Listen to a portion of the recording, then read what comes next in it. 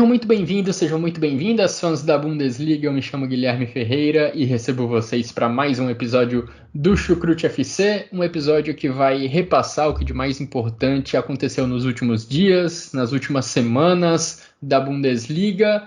Estamos entrando na última data FIFA da temporada, ou seja, é reta final de campeonato alemão, de competições europeias, de Copa da Alemanha. E muita coisa importante vem acontecendo no futebol alemão nos últimos meses. E para me ajudar a resumir os principais destaques do futebol alemão e da Bundesliga, eu recebo ao meu lado virtualmente o meu xará Guilherme Monteiro. Tudo bem por aí, xará? Seja muito bem-vindo a mais um episódio. Opa, xará, muito obrigado, né? Sempre um prazer poder gravar o Chucrute. E poder também comentar sobre o futebol alemão de volta, né? Esse futebol alemão que, assim como toda temporada europeia, já está se encaminhando para o final. A Bundesliga tem tomado rumos interessantes, assim como na minha última participação. E também vamos citar um pouquinho falando sobre a DFB, que está nesse momento ainda de transição, por assim dizer, né? O trabalho do Julian Nagelsmann está bem no começo, depois dos anos decepcionantes de 22 e de 2023. A gente também vai comentar um pouquinho sobre o que a seleção alemã prepara para junho, né? Que é a Eurocopa. Exatamente. Além de falar da situação de alguns clubes, vamos também falar de seleção da Alemanha nesse episódio. Afinal, tem data FIFA pela frente, com amistosos da Alemanha contra a França e Holanda na preparação para a Euro, que acontece no meio desse ano, justamente na Alemanha. Antes de iniciar o nosso debate, iniciar os nossos comentários, quero deixar aquele agradecimento a todo mundo que acompanha o trabalho do Chucrute FC. A gente não vem gravando com tanta frequência, mas a gente sempre está presente aqui para fazer um resumo dos principais acontecimentos do futebol alemão, trazer as principais notícias, embasando com comentários, com análises. E quero também agradecer aos nossos parceiros do Alemanha FC e do Fußball BR, que também fazem uma grande cobertura do futebol alemão, de tudo que acontece na Bundesliga e com a seleção da Alemanha. E vamos lá, Xará, começar a nossa conversa pelo tema que mais movimentou o futebol alemão nessa semana, a saída de Christian Streich do Freiburg. Fim de uma era no clube, fim de uma era no Freiburg. O Christian Streich começou a trabalhar lá em 1995 como treinador das categorias de base. Em dezembro de 2011 se tornou treinador da equipe principal, assumindo o time na lanterna da Bundesliga e salvando ele do rebaixamento logo em sua primeira temporada no comando do time.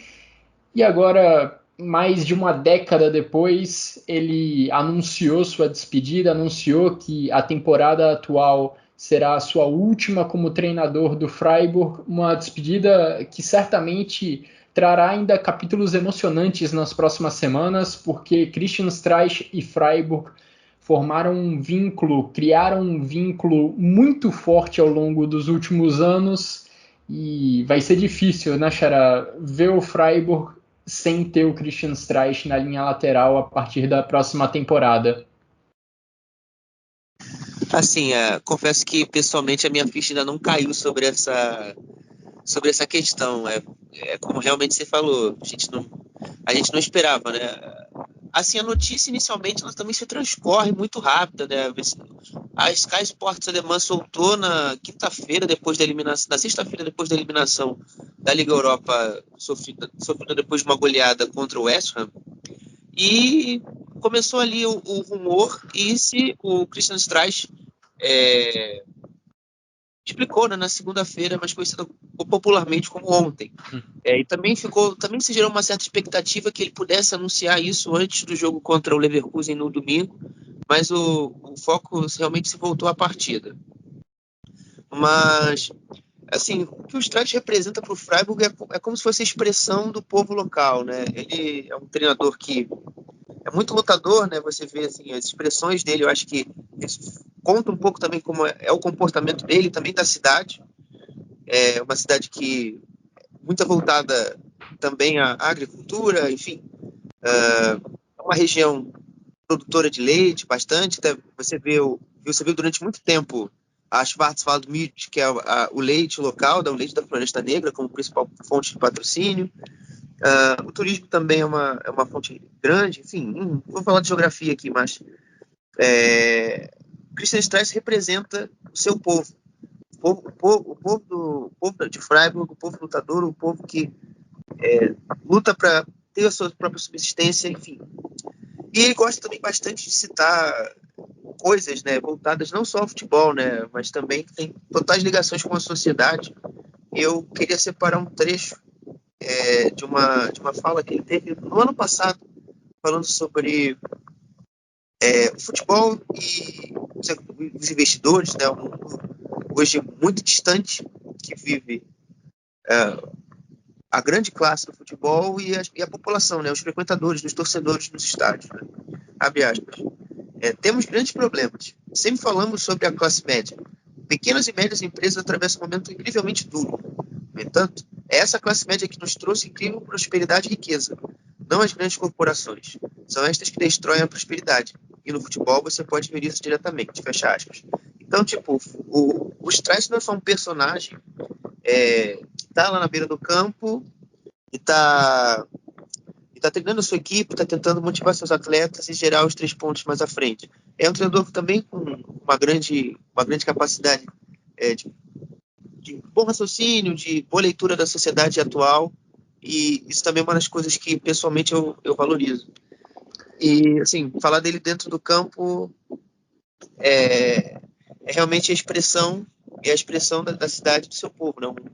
Uma equipe que durante muito tempo praticava um futebol até visto como feio, né? Até porque, principalmente ali em 2012, 13, 14, 15, até no rebaixamento em 16, 17, era uma equipe com menos recursos, eram equipes mais limitadas, né? O jogo mais bola longa e de contra-ataque era muito comum, e sempre contando às vezes com um golzinho ou outro ali de sempre um jogador com um pouco mais de destaque, né? Em suma, geralmente o Nils Petersen, que se aposentou no final da última temporada, e o Niederlechner também durante um período. E de 2019 principalmente para cá, eu acho que o Freiburg passou por uma grande evolução e propriamente o próprio Streich, né?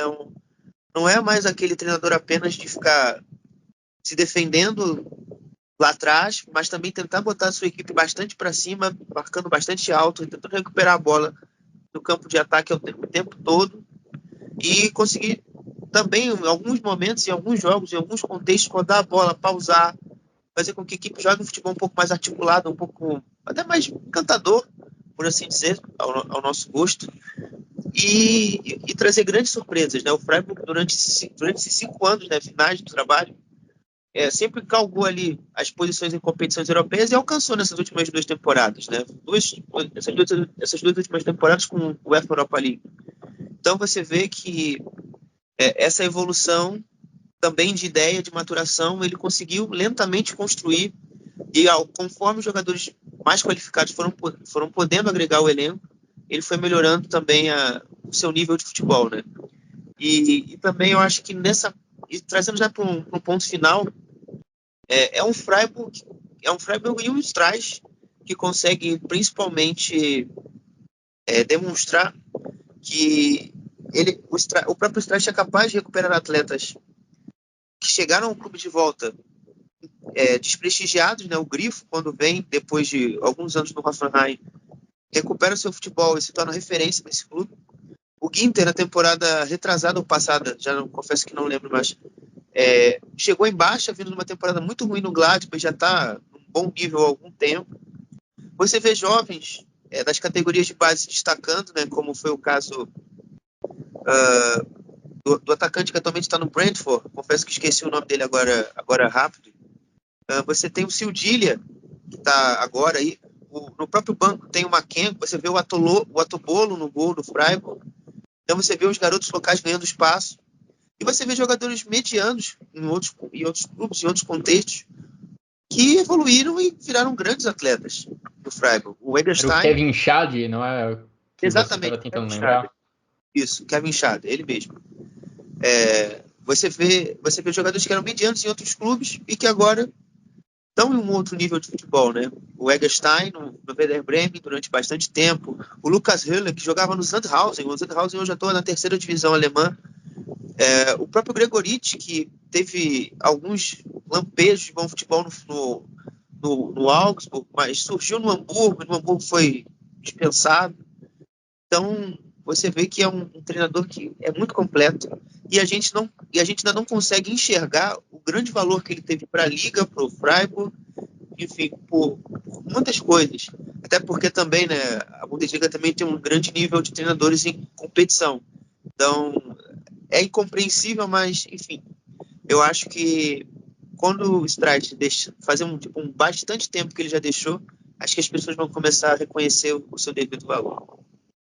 O Freiburg e o Christian Streich foram responsáveis por revelar diversos jogadores importantes para a Bundesliga nos últimos anos. Você citou muitos nomes relevantes no seu comentário, Xará, e isso diz muito sobre o trabalho desse treinador, sobre o trabalho do Christian Streich, porque o Freiburg não é uma equipe de grande poder econômico, então ia revelando esses jogadores e precisava vender eles 1 ou 2 temporadas depois. E mesmo assim o Freiburg conseguia se manter num nível competitivo. O Streich mantinha o Freiburg naquela zona de, no mínimo, meio de tabela, mantendo a equipe distante o suficiente da zona de rebaixamento para não passar sufoco e algumas vezes conquistando vagas em competições europeias. O Freiburg, antes do Christian Streich assumir o cargo de treinador, em dezembro de 2011, tinha disputado a segunda divisão por 4 temporadas nesse século. Desde que o Christian Streich assumiu o cargo de treinador, o Freiburg só caiu uma vez, o que é um retrospecto impressionante se a gente comparar com o período anterior que eu citei. E com o Freiburg, com o Christian Streich, o Freiburg disputou a Liga Europa 4 vezes, chegando às oitavas de final em 2 oportunidades, incluindo na atual temporada. E o Freiburg, além disso, também disputou pela primeira vez uma final de Copa da Alemanha sob o comando do Christian Streich. Foi ali na temporada 2021-2022, quando o Freiburg foi derrotado pelo Leipzig na decisão em Berlim. Ou seja, é notável como o Freiburg conseguiu dar um salto de nível de resultados com o Christian Streich no comando. Vai ser muito difícil para o Freiburg virar a página nesse sentido, mas outro ponto que você tocou também gostaria de ressaltar: o Streich não é lembrado só pelos resultados e pelo trabalho na linha lateral do gramado. Ele também é lembrado pelo lado humano e sobre como ele lida com situações extracampo, falando do trato com os jogadores, da relação com os torcedores, da sociedade como um todo, tratando abertamente de temas mais sensíveis e se posicionando de forma muito firme contra posições de extrema-direita sempre que esses temas surgem ou ganham relevância dentro da sociedade alemã. Então o Streich era um cara completo, que era muito bem visto na Bundesliga pelo seu lado humano e também pelos resultados que ele trazia como treinador do Freiburg. Por isso, é uma figura marcante dessa última década de futebol alemão e vai ser complicado para o Freiburg conseguir virar essa página, como eu falei, Xará. E para a gente mudar de tema, teve um outro clube que anunciou uma mudança de comando técnico nos últimos dias. Só que nesse caso, num cenário bem diferente. O Niko Kovac não é mais treinador do Wolfsburg. Niko Kovac, que assumiu o comando da equipe dos Lobos para o início da temporada 2022-2023, mas não conseguiu desenvolver um bom trabalho. Foi derrotado no último final de semana, na rodada mais recente da Bundesliga, pelo Augsburg, uma derrota de virada por 3-1. E ele acabou não resistindo a mais um resultado negativo. Niko Kovac está fora, Xará, e o substituto já foi confirmado, será Ralf Hasenhüttl, que trabalhou pela última vez no Southampton, da Premier League, entre 2018 e 2022, mas que tem um histórico também na Bundesliga, comandando Leipzig e Ingolstadt. Xará, trabalho do Niko Kovac, no final das contas, sai com muito mais pontos negativos do que positivos, bem abaixo daquilo que se esperava para um elenco como o do Wolfsburg. Exato, né? E o mais curioso tudo é que o futebol isso tem a sua beleza, né? Que tudo poderia ter sido modificado se o Schalke não tivesse perdido um jogo. O Schalke não, perdão, o Wolfsburg se tenha perdido um jogo, que foi contra o Hertha Berlim. Você trouxe aí um pouquinho aí do que é o mais recente, né, do Niko Kovac, mas, por exemplo, o Niko Kovac chega ao Wolfsburg em 2022, no verão, num contexto onde o Wolfsburg vinha de uma temporada muito ruim, mas que fechou a temporada com uma goleada de 6-0. O Florian Kohfeldt saiu de campo contra o próprio Augsburg, que inclusive, se eu não me engano, muito confiante que ficaria no cargo, como lhe foi prometido 3 rodadas antes. Só que, numa ironia do destino, Marcel Schäfer liga para o Jörg Schmatt, que é a época, e resolve, não vamos ficar com ele. E o Kohfeldt é demitido e o Niko Kovac acaba mais à frente sendo acionado e aceitando o convite, já que ele também já tinha saído do Mônaco há alguns meses. E a primeira temporada, assim, foi uma temporada muito de reconstrução. Foi o Wolfsburg sempre naquele modelo de contratações muito jovens, né? O Kevin Paredes tinha chegado ao clube, o Van de Ven, que já vinha no elenco, também estava em processo ainda de maturação. O Patrick Wimmer veio do Arminia e ele fez um bom primeiro ano, no fim das contas. O Kaminski também vinha do futebol polonês. Então, foi o Frandic também, Bartol Frandic, que hoje joga no Darmstadt.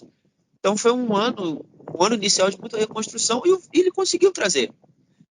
O período médio da temporada passada foi onde o Wolfsburg teve um crescimento interessante, né, com peças como o Marmouche, que agora está no Eintracht Frankfurt, mas foi uma peça importante, o Lucas Imetia, que não conseguia se manter estável até hoje fisicamente, mas naquela época estava voando, conseguiu marcar alguns gols, e o irmão dele, o Felix Imetia, então nem se fala, conseguiu ter um destaque muito acima, tanto que hoje está no Borussia Dortmund, e ajudou bastante. O Kaminski, que hoje é um reserva, naquela época também estava voando, e a mesma coisa se aplica ao Patrick Wimmer e ao Van de Ven, que até hoje já saiu do clube. Enfim, ele conseguiu manter uma equipe com muita velocidade, muita transição, ao gosto dele, em alguns momentos até com um pouco mais de toques de bola, mas majoritariamente essa equipe mais veloz, usando muitos lados do campo, usando muito a qualidade do Marmouche em definir as jogadas para vencer os jogos. E isso meio que se perdeu, né, nessa temporada, né, uma temporada onde se esperava um salto muito grande e os investimentos foram visando esse salto, né, o Louvre Mage, que foi um pedido pessoal do Kovac, não consegue gerar muita sequência, não conseguiu ainda encantar tanto assim os torcedores. O Václav Černý, que veio do Twente, é também um outro investimento que até agora não se deu tanto resultado assim. O Kaminski, como eu citei, não tem sido tão utilizado e foi um destaque da temporada passada. Então, o que salva a lavoura esse ano do Wolfsburg é o Jonas Wind, que marcou praticamente 25% dos gols do Wolfsburg na temporada, e se ele não marca, praticamente o Wolfsburg não vence. Então, foi um momento final de temporada muito difícil, onde o Wolfsburg já não tinha mais nenhuma base defensiva interessante. Sem o Van de Ven, o Jens até consegue fazer uma boa temporada, como tem feito. Mas, enfim, perdeu as bases sólidas do trabalho, não tem muitos recursos, assim, não apresentou muitas alternativas a essas quedas normais dentro dos jogadores jovens que o Wolfsburg tem no elenco, e sentiu falta talvez também de um melhor momento ali, de fazer com que o trabalho ele pudesse dar um trabalho um pouquinho melhor, no sentido principalmente ali no meio campo, uma equipe que ficou tem o Arno, tem o Gerhardt, mas não é uma grande temporada deles. Então também ele sofreu um pouquinho por esse contexto, mas no geral nunca foi um treinador que foi capaz de dar um equilíbrio a esse time. Ou em muitos momentos era uma equipe defensivamente muito estável e ofensivamente muito frágil, ou em outros momentos era uma equipe extremamente ofensiva, mas que sofria muito lá atrás. E eu acho que o que pesou mais para a queda do Kovac nessa temporada é a pouca produção da equipe ofensivamente falando. O Wolfsburg tem talentos, tem jogadores de qualidade no meio-campo e no ataque, tem potencial para produzir mais ofensivamente contra os goleiros adversários, mas simplesmente não conseguia. Parece que esse é o calcanhar de Aquiles do Niko Kovac, quando ele tem uma equipe que precisa propor o jogo, que precisa ser protagonista das partidas. Ele parece ter algumas dificuldades. Foi assim lá atrás no Bayern de Munique, foi esse, acho, o principal fator para queda dele agora nos Lobos, no comando da equipe do Wolfsburg. O Niko Kovac deixa a equipe do Wolfsburg na 14ª posição, apenas 6 pontos acima da 16ª colocação, que é aquela que leva para o playoff contra o rebaixamento. É uma posição muito aquém daquela que se espera da equipe do Wolfsburg diante do elenco que estava à disposição do Niko Kovac.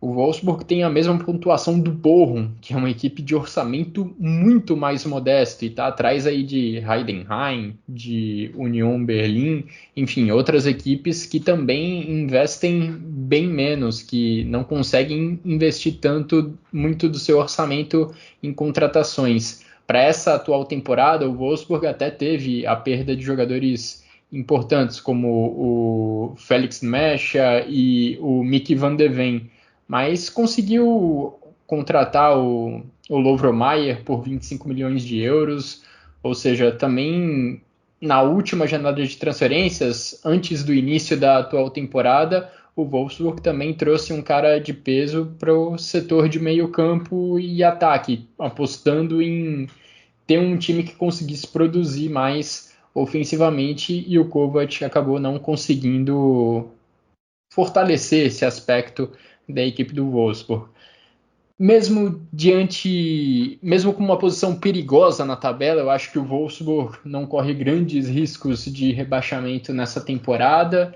Então, acho que a diretoria viu esse momento como o ideal para já plantar algumas sementes para a temporada que vem, para a temporada 24-25. Então, o Ralf Hasenhüttl não deve ter grandes dificuldades para livrar o Wolfsburg matematicamente do risco de rebaixamento e já vai poder trabalhar com a equipe pensando a longo prazo, pensando em extrair mais desse elenco na temporada que vem. Relembrando, Hasenhüttl já fez um bom trabalho no Leipzig quando teve oportunidade, foi o segundo trabalho dele na Bundesliga, já havia também feito um trabalho de sucesso no Ingolstadt, no futebol alemão, e agora volta às atividades na Alemanha, o treinador austríaco com raízes da franquia Red Bull.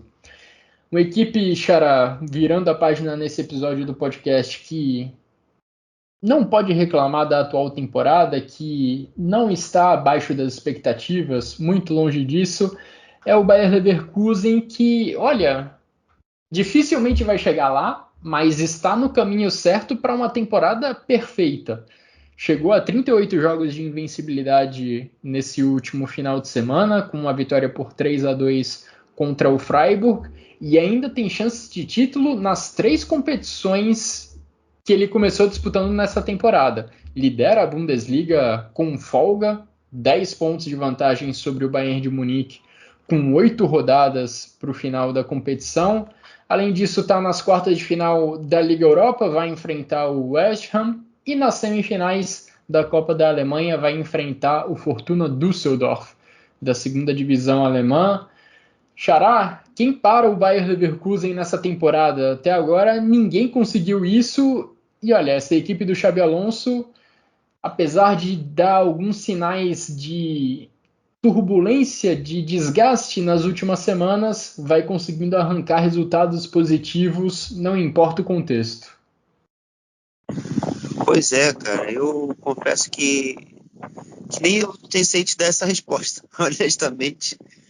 Quando a gente pensava na quinta passada que o Karabag ia fazer o imponderável e o impossível, veio um Patrick Schick, foi lá e fez o jogo. Mas enfim, realmente tem sido muito legal acompanhar. Eu já não sei, confesso que por tanto tempo que eu não gravo, confesso que eu não lembro se eu cheguei a falar isso aqui, mas o Xabi conseguiu dar uma nova cara à Bundesliga, enfim, atrair novos treinadores. A gente tem visto coisas muito boas no Augsburg, o Augsburg era um clube até antipático por muita parte da galera. Enfim, tantos outros aí com novos treinadores, com de diferentes nacionalidades. E eu acho que a vitória do Leverkusen vai trazer também essa multiplicidade de estilos, de países, de mais países podendo integrar a família Bundesliga, por assim dizer. E, enfim, vai trazer uma diversidade de ideias mais interessantes ainda para a Liga. Mas se atendo ao Leverkusen, que era a pergunta, cara, assim, eu vi o Leverkusen, assim, o que mais me preocupou, acho que durante a campanha, foi aquele momento em que eu soube da lesão do Boniface, lá em janeiro, durante a Copa Africana de Nações. Porque na minha humilde visão, aquilo ali poderia desmontar completamente o sistema e a engrenagem. Mas eu acho que quando o Leverkusen mais precisou da genialidade do Florian Wirtz, ele está conseguindo sempre se sobrepor às dificuldades. Eu acho que isso é muito importante. Eu acho que esse garoto tem uma personalidade assim muito difícil de você ver outro cara na liga. Talvez só o Pavlovic no Bayern e o próprio Musiala também no Bayern tem uma personalidade do caramba. E saindo um pouco da primeira divisão, trazendo a segunda, o Tiano Zun no Nuremberg. Eu acho que são os 4 moleques assim do futebol alemão que tem muita personalidade e capacidade de decisão assim que poucas vezes a gente vê. E enfim, né? Até porque essa lesão do Boniface apresentou, né, para nós que realmente o Leverkusen teve uma certa dificuldade em jogos, né? Principalmente no início do ano, contra o Augsburg, que foi uma vitória suada, contra o Leipzig também, que foi outra vitória muito suada, no início de janeiro, que o time já estava também sem ter uma opção, né? O Borja Iglesias chegou na janela de inverno, mas confesso que o que o Borja Iglesias tem apresentado tem sido o que eu esperava. Era um jogador muito limitado tecnicamente, eu confesso que não entendi esse movimento quando o Leverkusen fez, quando o Simon Rolfs optou por ter ele no elenco. E o Xabi ainda penando, né, para encontrar esse substituto, porque o Schick também não é mais o Schick do Leipzig. E mesmo assim, né, como eu disse, o Wirtz foi carregando esse time, né? Mas também tenho que dar ressalva para o Ezequiel Palacios, tem feito também uma grande temporada, e sem contar os alas, né, o Grimaldo e o Frimpong, que quando também mais precisaram de mais gols e mais participações e assistências, eles têm agregado, têm dado a resposta necessária para o Leverkusen sair dos problemas que o jogo cria para eles, e eles têm conseguido reverter muito bem. Enfim, voltando a essa ideia que eu dizia do Boniface, a minha discussão sobre isso é porque são jogadores de perfil um pouco diferente. Eu acho que principalmente o Borja Iglesias é um jogador que tem a estatura física, tem o físico muito também forte, mas não é um jogador que tem a mesma potência e a mesma técnica para replicar aquilo que o Boniface faz. E o Schick, para mim, tecnicamente é limitado. E também não tem tanta explosão em relação ao Boniface. Então isso fica muito claro quando a gente vê o jogo, né? Às vezes a bola bate e volta no ataque, muito também por conta disso, né? Dessa debilidade um pouco abaixo desses outros dois em relação ao próprio Boniface. O Amin Adli é um jogador que já foi testado nessa posição, mas fisicamente é limitado jogar de costas para ele, é um jogador um pouco mais franzino, depende um pouco mais do espaço, do campo aberto, do campo livre, para fazer uma boa partida. E o Hlušek, eu acho que é um jogador que, por mais que fisicamente fique um pouco abaixo, mas eu acho que ele tem uma inteligência, uma compreensão muito melhor em relação ao Adli, por exemplo. Poderia ser uma opção um pouco mais testada. E fisicamente também não deixa... Também é mais parecido com o Adli, mas, enfim, eu acho que essa inteligência que ele tem de jogo consegue ajudar e ser um pouquinho mais efetivo do que propriamente o Schick e o Borja Iglesias, e também não deixa tão a desejar contra o Adli. E eu acho que a prova disso foi até o gol que o próprio Rio Jack faz no final de semana contra o Freiburg. Para a alegria de Xabi Alonso e da torcida do Bayer Leverkusen, o Boniface já está a caminho de voltar aos jogos, já vem treinando com bola há alguns dias, quem sabe logo depois dessa data FIFA ele já não volta aos gramados em jogos oficiais para ajudar nessa reta final do Bayer Leverkusen. Boniface realmente é um cara que apresenta um trato diferenciado com a bola em relação aos outros atacantes centrais do elenco do Bayer Leverkusen, saindo da área, recebendo a bola de costas para segurar, ou então para dar um tapa de primeira para um companheiro que vai infiltrando na área, ou que aparece pelas pontas. É um cara que consegue participar bem da construção das jogadas do Bayer Leverkusen, não só na finalização, e isso explica, como o Xará estava comentando, porque o Bayer Leverkusen em alguns momentos tem apresentado certas dificuldades nesse ano de 2024. O Bayer Leverkusen, inclusive, vem sendo um time que vai precisando de gols dramáticos no final das partidas para conseguir arrancar vitórias ou empates. Das 13 partidas que o Bayer Leverkusen disputou esse ano, em 5 a equipe marcou o gol do empate ou da vitória depois dos 44 minutos do segundo tempo. Isso ficou muito evidente agora nessa eliminatória da Liga Europa contra o Qarabag, com a equipe buscando o empate lá no Azerbaijão com um gol nos acréscimos do segundo tempo e buscando a virada de maneira inacreditável, com 2 gols nos acréscimos para empatar e para virar o jogo, conseguindo a vaga nas quartas de final da competição europeia. A gente também viu isso na última eliminatória da Copa da Alemanha contra o Stuttgart, quando o gol da vitória também saiu aí no finalzinho. Enfim, é um Bayer Leverkusen que vem proporcionando altas doses de adrenalina para o seu torcedor. O Boniface ausente de todos esses jogos, mas ele está voltando, o atacante nigeriano está enfim se recuperando da sua lesão muscular, que o tirou de praticamente todo o ano de 2024, e vamos ver se o Bayer Leverkusen consegue voltar ao ritmo de 2023, quando precisava de um pouco menos de sufoco para garantir os 3 pontos. E olha, Bayer Leverkusen, vamos lembrar, ainda invicto na temporada, nenhum time na história da Bundesliga conseguiu finalizar o campeonato sem derrotas. O time que chegou mais longe, que teve uma sequência invicta tão longa desde o início do campeonato, foi o Bayern de Munique da temporada 2013-2014, comandado por Pep Guardiola, que só perdeu pela primeira vez na 29ª rodada e terminou a competição com 2 derrotas naquela oportunidade. O Bayer Leverkusen, com a vitória desse último final de semana contra a equipe do Freiburg, chegou à 26ª rodada sem derrotas, ou seja, já está muito perto desse recorde do Bayern de Munique, e quem sabe não chega a 34, quem sabe não finaliza essa temporada de forma invicta.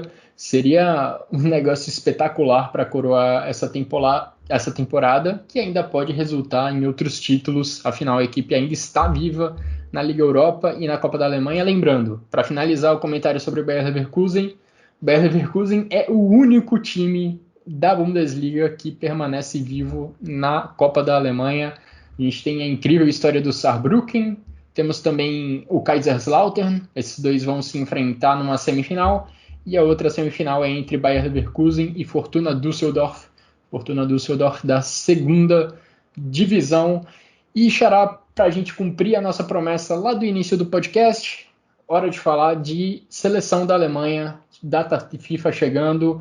A Alemanha terá pela frente amistosos contra França e Holanda, preparação para a Euro que acontece na Alemanha no meio desse ano, e olha, 6 novidades na última lista antes da convocação definitiva para a Euro, ou seja, Julian Nagelsmann ainda fazendo alguns testes, demonstrando que ainda tem muitas dúvidas para montar a sua lista final para receber a competição em casa. Waldemar Anton do Stuttgart, Jan-Niklas Best do Heidenheim, Maximilian Mittelstadt do Stuttgart, Alexander Pavlovich, do Bayern de Munique, Maximilian Bayer, do Hoffenheim, e Dennis Undav, do Stuttgart. Esses 6 nomes foram convocados pela primeira vez para a seleção principal da Alemanha. Quero saber qual nome te chamou mais atenção, Xará, e se tem algum em especial que você está na expectativa para ver em campo. Olha, acho que a dúvida se atende pelo nome do Stuttgart, né? O Stuttgart que empilhou nomes nessa convocatória. Eu confesso que, assim, e realmente eu acho que o que mais me gera expectativa, acho que são os homens do Stuttgart, né? O Chris Führich, o Valdi Anton, cara, que é um jogador, os dois eu acho pessoalmente, porque são jogadores que eu acompanhei com muito detalhe na segunda divisão, quando eles eram nada. O Valdemar Anton jogou muito tempo no Hannover, muito tempo foi esquecido por lá, mas sempre foi um zagueiro que sempre demonstrou uma qualidade muito grande, que a gente tem visto nessa temporada. E o Chris Führich, que é um jogador que passou pelo Borussia Dortmund 2 durante boa parte da sua carreira, não foi muito aproveitado. O Paderborn trouxe o Balme, atualmente no Hamburgo, revelou para o Paderborn. O Lukas Kwasniok potencializou ele mais ainda, e agora ele no Stuttgart tem feito uma temporada magnífica. Eu acho que esses dois assim, são nomes assim, que afetivamente me geram muita expectativa. E sem contar o Best também, que é outra história fenomenal. Um jogador que há pouco tempo estava jogando terceira divisão, segunda divisão, e também no Borussia Dortmund 2, jogou até a Regionalliga durante bastante tempo, e atualmente tem feito anos brilhantes no Heidenheim, né? Também passou pelo Jan Regensburg antes de ir para o Heidenheim. Também lá já havia feito boas temporadas no Jan. Então é um jogador assim que atingiu o seu auge, já com bastante idade, né? O que para mim não me impressiona, já que a base do Borussia Dortmund é um grande detrator de jogadores de base, né? Eu estou citando esses aí, são alguns citáveis, mas no futuro a gente ainda vai ver outros. Conhecendo bem como tratam os meninos lá do Borussia Dortmund mais à frente. Mas também quero ver a gente não vai conseguir ver o Pavlovic, infelizmente, que é um jogador que há pouco tempo chegou na liga, estreou em dezembro e está encantando a gente. Futebol fantástico, um garoto muito jovem, muita qualidade, muita inteligência, enfim, muito bacana de vê-lo jogar. É bonito, ele é plástico, eu gosto de ver. E sem dúvida, também Infelizmente o Pavlovic, por causa de uma amidalite, né, um negócio, enfim, tão Exato. banal, não vai poder jogar esses amistosos. Foi convocado pela primeira vez, mas não vai poder estrear. E um Davi, né? Esse então é a história mais aleatória dessa convocatória, porque há 5 anos ele estava jogando bola pelo SV Meppen, um time que hoje joga na Liga Regional, e chegou a brilhar na Bélgica, foi esquecido na Inglaterra e voltou para o Stuttgart, ele está jogando um bolão. E, enfim, é um jogador que eu acho que é até mais interessante que o Fulcro tecnicamente. Eu acho que pode agradar muito mais visualmente a gente assistindo os jogos, mas vai gerar também muito mais gols. É um jogador um pouco melhor, como eu disse, tecnicamente. E eu acho que, sei lá, em relação ao Fulcro, eu ainda acho eles um pouco superior. Eu acho que a Alemanha, aos poucos, está conseguindo encontrar esse 9 que ela tanto quis em outras Copas, e ao mesmo tempo também está conseguindo trazer um pouco mais de equilíbrio, a questão defesa, ataque, meio, e questão de pressão de jogadores com capacidade de ser equilibrados, né? Porque sempre se cobra muito da Alemanha, um torcedor em específico, que é uma equipe não ataca demais e sofre muito lá atrás. Eu acho que o Anton é esse zagueiro que é capaz de ser construtivo com a bola no pé, e é um jogador que tem a capacidade de destruir muito bem. Eu acho que traz esse equilíbrio. No meio campo, obviamente você já tem o Henrique, mas lá na frente, com um W, você vai conseguir garantir gols. O Best é um ponta que vai ajudar muito mais que talvez qualquer outros pontas que a Alemanha tenha à disposição. É um jogador que percorre longas distâncias no campo todo com o Frank Schmidt no Heidenheim, até porque o Heidenheim é uma equipe que joga fazendo perseguições bastante longas durante o campo, ou seja, o marcador vai acompanhar esse jogador do começo, onde a bola está partindo, até ele soltar a bola, ou às vezes até a linha de fundo, dependendo do beirada, dependendo do jogador de lado que ele esteja marcando. Então é um jogador com esse perfil e vai ajudar bastante. Enfim, acho que está tudo contribuindo para uma Alemanha mais equilibrada nesses amistosos, né? Você falou da questão estética do jogo do Niklas Füllkrug. Ele esteticamente é um jogador que fica atrás de muitos outros e em vários sentidos, né? Não só no futebol. Enfim, seleção da Alemanha com várias novidades para essa data FIFA. Uma delas, que não foi convocado pela primeira vez, longe disso, mas não deixa de ser uma novidade para essa convocação, é o Toni Kroos, meia do Real Madrid, que voltou à seleção da Alemanha. Depois da última Euro, ele havia anunciado a aposentadoria dos jogos internacionais, a aposentadoria dos jogos pela seleção da Alemanha, melhor dizendo, mas voltou atrás nos últimos meses, teve conversas com Julian Nagelsmann e está disposto a ajudar a Alemanha nessa empreitada de fazer bonito, enfim, fazer bonito numa grande competição, algo que já não acontece há um certo tempinho, já há alguns anos, e agora é especial porque vai ser em casa, a Alemanha vai receber a Euro desse ano, tem Escócia, Hungria e Suíça como adversários na fase de grupos, e vai ser uma data FIFA bem interessante para a gente acompanhar quais são as ideias do Julian Nagelsmann para essa competição, até porque ele só tem 4 jogos no currículo pela seleção da Alemanha, um histórico muito curto, acho que ainda temos muito mais dúvidas do que certezas sobre como ele deve colocar o time em campo, e talvez a principal dúvida seja ali pela lateral esquerda, porque nas 2 primeiras partidas do Nagelsmann como treinador da Alemanha, ele usou o Gosens, Robin Gosens por ali, mas o Gosens, depois de um início fulminante ali no Union Berlin, não conseguiu manter o mesmo nível, não foi nem chamado nessa última convocação. E nos 2 outros jogos do Nagelsmann como treinador da Alemanha, o Kai Havertz foi improvisado com um ala ali pelo lado esquerdo, algo que gerou certa surpresa na Alemanha, em quem acompanha a seleção da Alemanha. E agora, para essa convocação, tem 2 nomes que podem atuar ali pelo setor: o Maximilian Mittelstadt, do Stuttgart, que, enfim, nem vem sendo titular ao longo de toda essa campanha do Stuttgart na Bundesliga, mas é um cara que atua ali pelo lado esquerdo. E um outro nome que pode, quem sabe, atuar por ali é talvez o Jan-Niklas Best, que muita gente especula que pode ser esse cara do lado esquerdo, porque na lista de convocados publicada pela DFB, ele foi listado como defensor, algo que chamou a atenção, porque não é exatamente como defensor que ele atua no Heidenheim, longe disso, mas quem sabe ele vá atuar por esse lado esquerdo um pouco mais defensivo, talvez como um ala. Enfim, são perguntas que e descobriremos as respostas para essas perguntas, para essas dúvidas ao longo dos 2 próximos jogos. Quer comentar algo ainda, Xará? Sim, porque o Best, né, ele foi formado inicialmente no Dortmund, lá atrás, como lateral esquerdo. Ele vai para o Werder Bremen depois na carreira e também joga como lateral esquerdo. Então não seria uma posição que ele estaria completamente, como eu posso dizer? Desacostumado, né? Desacostumado, exatamente. Quem sabe o Nagelsmann não vai tirar essa carta da manga para fazer um novo teste, né, para a lateral esquerda, pensando nessa Euro.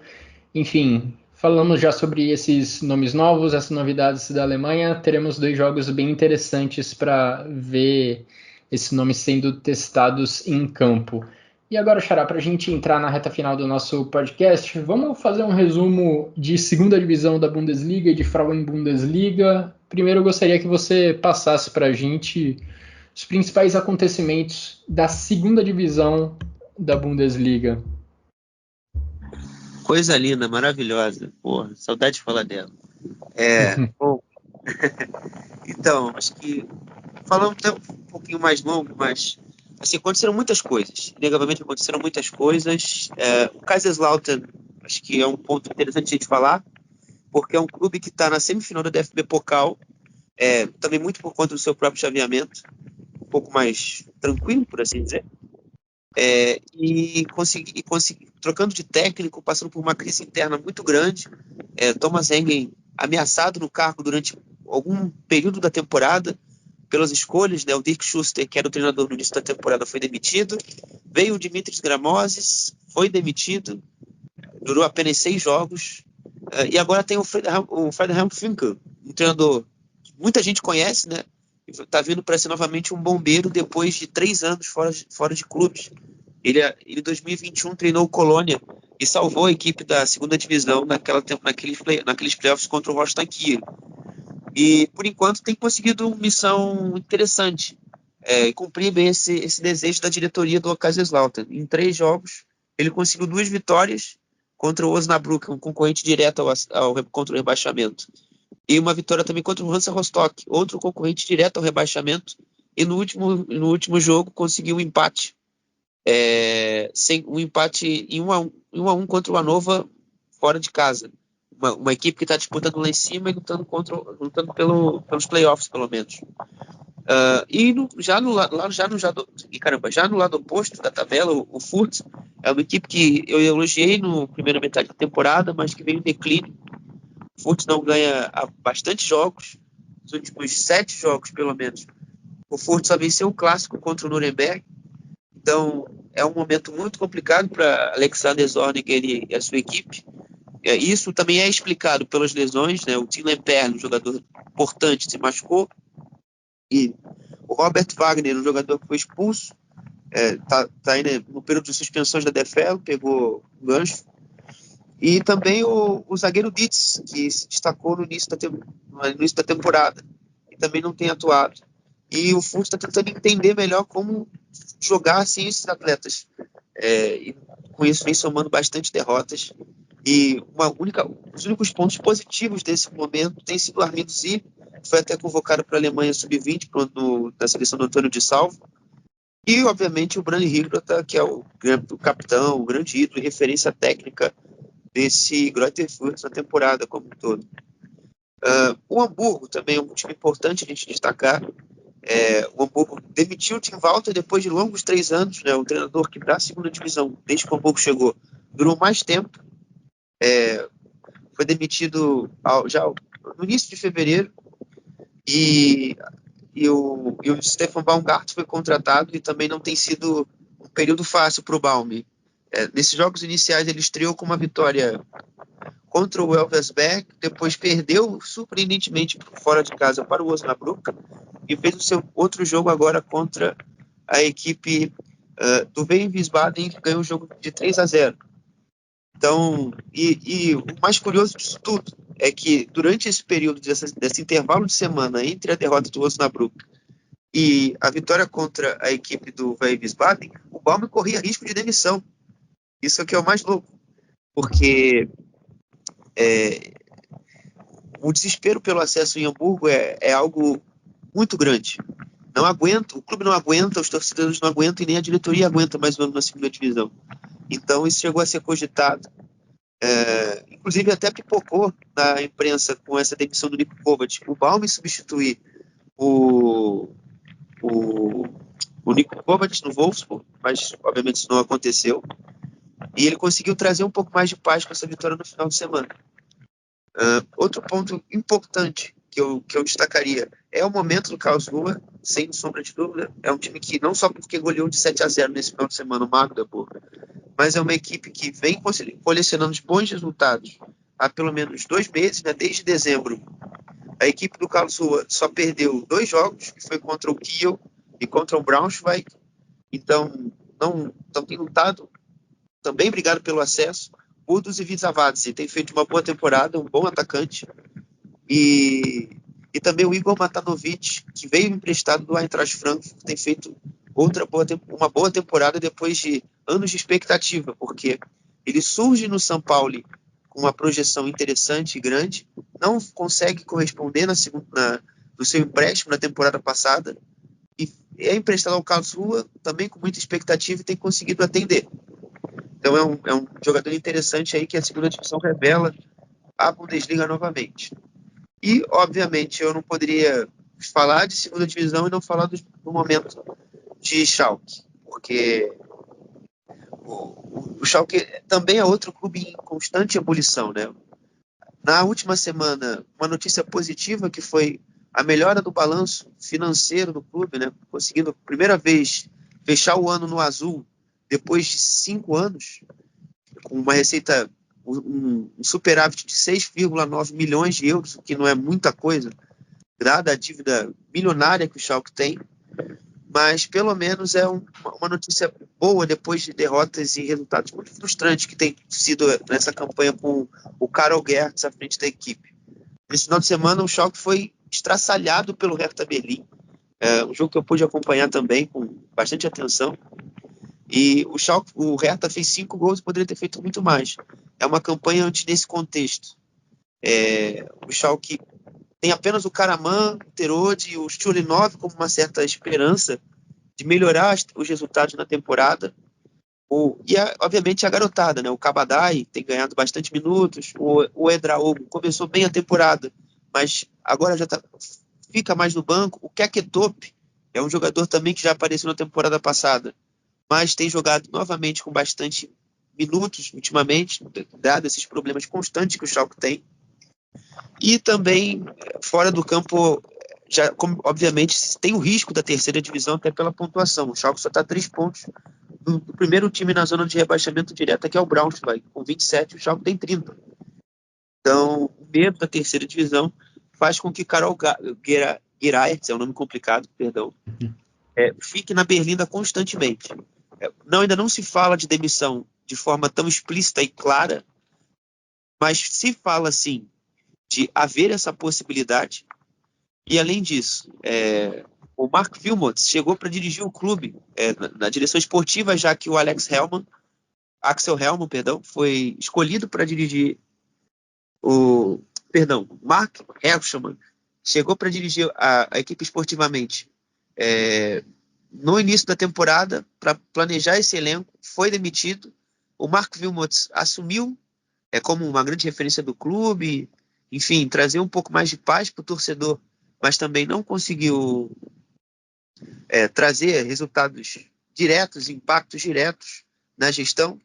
Então, o Ben Manga, que foi um grande personagem no Eintracht Frankfurt tempos atrás, no tempo de gestão de Fred Bobic, da gestão esportiva do futebol, e atualmente está no Watford, e não tem feito um bom trabalho, é um nome muito forte para assumir a gestão esportiva do Schalke a partir da próxima temporada e tentar conduzir esse gigante do futebol alemão aos tempos de glória que a gente se acostumou a conhecer. Então é isso, né? Isso foi um resumão, um apanhado geral que eu tentei fazer da segunda divisão. E só para atualizar a tabela, o São Paulo é o líder com 54 pontos, o Holstein Kiel é o segundo com 49, o Hamburgo tem 44, é o terceiro, e o Hansa Rostock é a equipe que abre a zona de rebaixamento, a zona de playoffs com 28 pontos, e o único óbvio.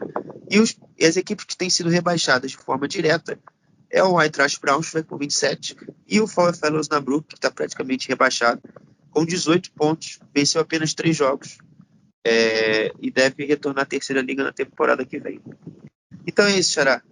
Foi esse um apanhado da nossa querida segunda divisão.